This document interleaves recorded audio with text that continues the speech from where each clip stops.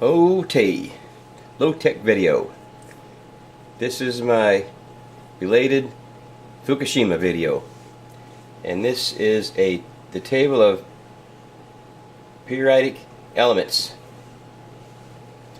And the reason I'm showing these are because anything with an atomic number over 92, and some with a less than 92, but primarily over 92. These elements are man-made and radioactive. Now the reason I'm showing you this is because this is the periodic table that your children will learn and is listed as official, and these of course can be manufactured, I suppose, used for manufacturing purposes and other purposes now that they're listed and official. But they have been, most of these on the bottom here have been created over the last 70 years through the fission process, and also through some centrifuges. That process can create uranium-235, 234, and then out of that you can make plutonium. Now a little quick story about plutonium. Pu-94, plutonium. Now plutonium is pretty crazy, a little element, and it's been used. It's very dangerous. It's been said that just a pinprick, an amount of plutonium on the head of a pin, just a little tiny amount, can kill somebody in a matter of 2 weeks. Now this is a Russian spy, double spy, triple spy, whatever the hell he was. Somebody didn't like him.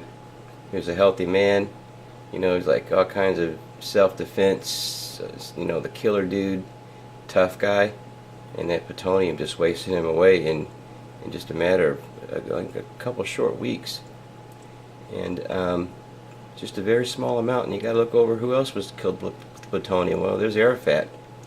Now, there's still a big debate going on about this, whether or not he had plutonium in his system. They actually dug up his body there and tested it, which was the whole thing, because the Islamic religion forbids the bodies to be exhumed like that. But they did, and they didn't find plutonium. How does the story go here? Nothing was found conclusive, because we had 3 different people testing: the Russians, the Swedes, and the French. And the French found traces, the Swiss found traces, but the Russians did not find traces. So they just said that officially he wasn't killed. They don't think by plutonium. They don't know. They don't think. They do know, but they don't think that he was or wasn't. That was the answer to the whole question. So that was really never resolved. But my point is plutonium is created daily at Fukushima. It's created daily anywhere there's a fission process, which is just about any reactor, or it is any reactor in the whole world, which is there's about 400 of them, 500 of them, something like that. I think around 400 and something around the world. And they're creating this daily, and then that's why they're kept in a containment. What happened at Fukushima is the containment was breached.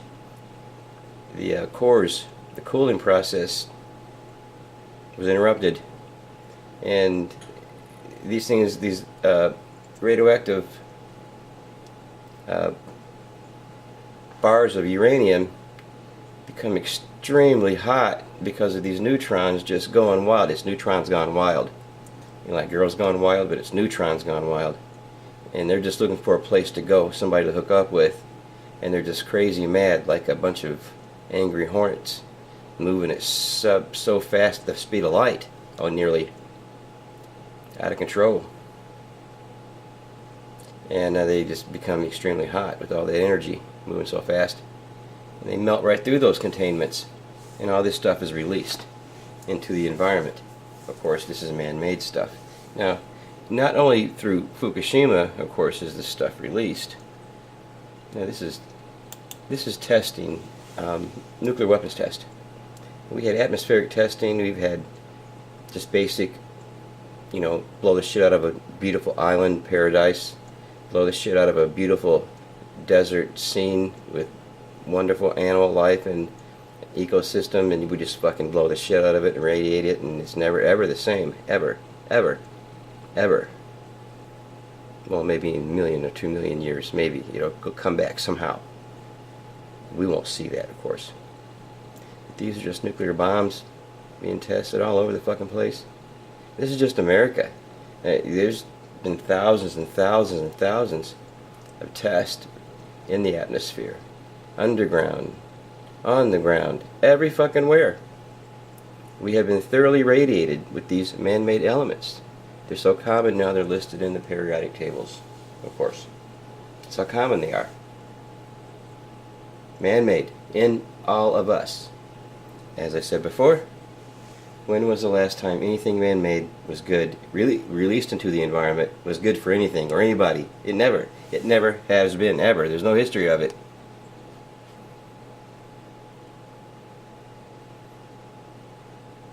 But I want to skip over here to Chernobyl.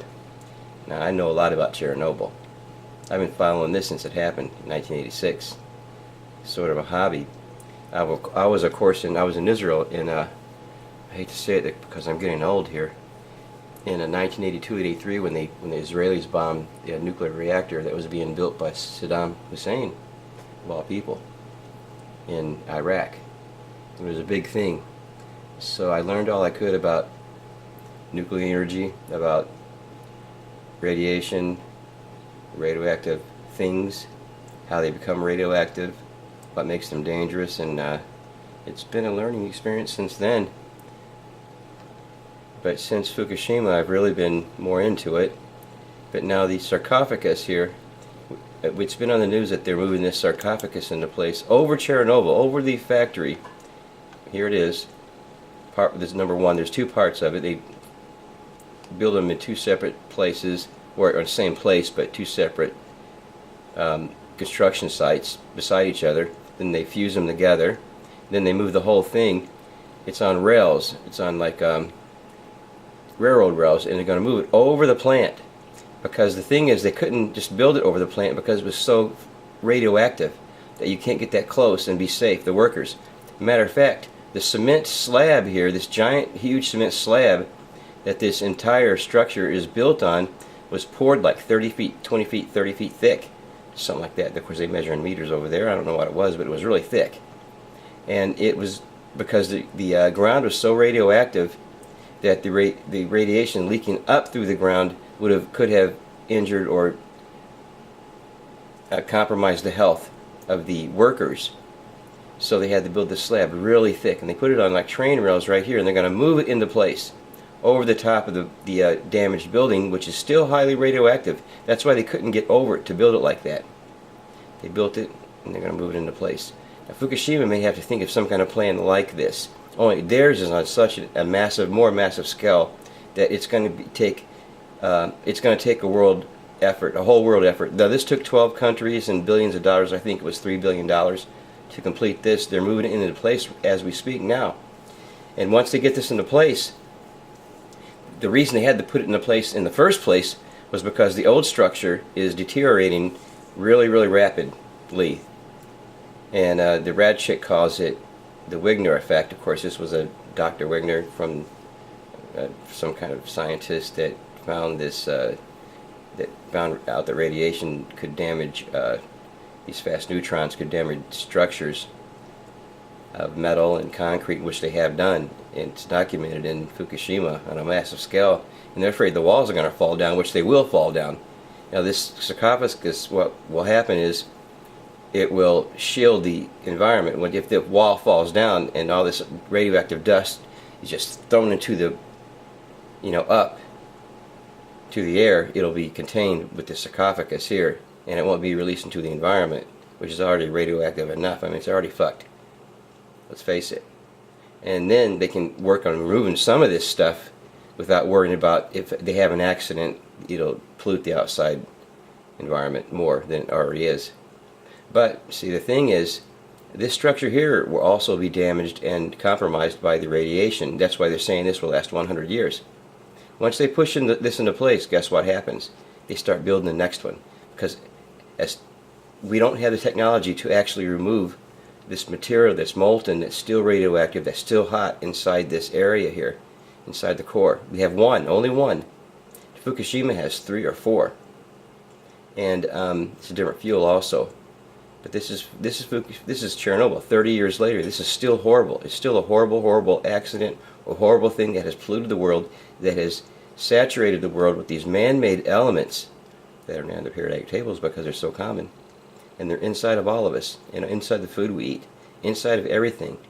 They compromise your immune system, and they make your brain smaller and compromise your intelligence also, and your natural instincts, abilities that are more than just physical. Fukushima. I have a solution for Fukushima. Sort of. We're going to have to build a huge arch over the entire. This is. No, wait. Here we go. Fukushima. This is about Fukushima. Now, like I said, all these man-made elements are being released into the atmosphere every second of every day for the last 5 years, over 5 years now.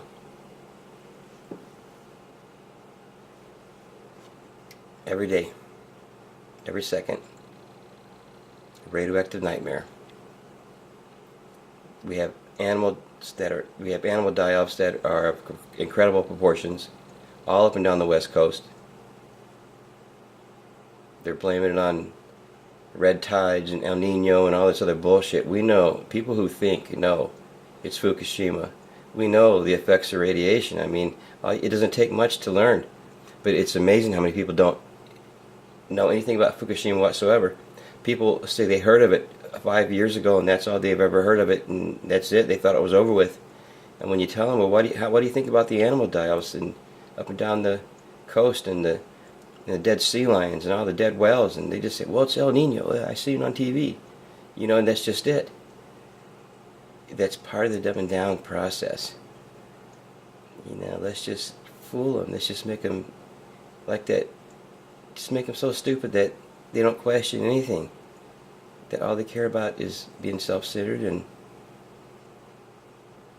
worried about their iPhones, television shows, maybe a couple of beers. And if you give them enough food to eat and a job, basically they won't question anything. They'll walk right off the cliff. As President Obama says, we're on a precipice. Yep. And they're pushing us over right now. And you think Fukushima is the end? Fukushima is just the beginning. We have 400 nuclear plants around this earth. We got wars going on. We got natural disasters coming our way left and right. We got terrorism, and these guys don't care if they destroy the earth or destroy a bunch of other people. It's just incredibly bad. Their IQ has been compromised to the point where they're just walking zombies. They'll do whatever they're told without question. These people from these third world countries, they're willing to strap a bomb to their back and walk into a fucking nuclear station and blow it up. Crazy motherfuckers. Alright, this is my Fukushima video. Now this is all part of it, man. I'm going to get into this later. Some Babylon stuff, some crazy shit going on. We're going back to Iraq. We got to dumb down the population to get them to go for it. Duck out.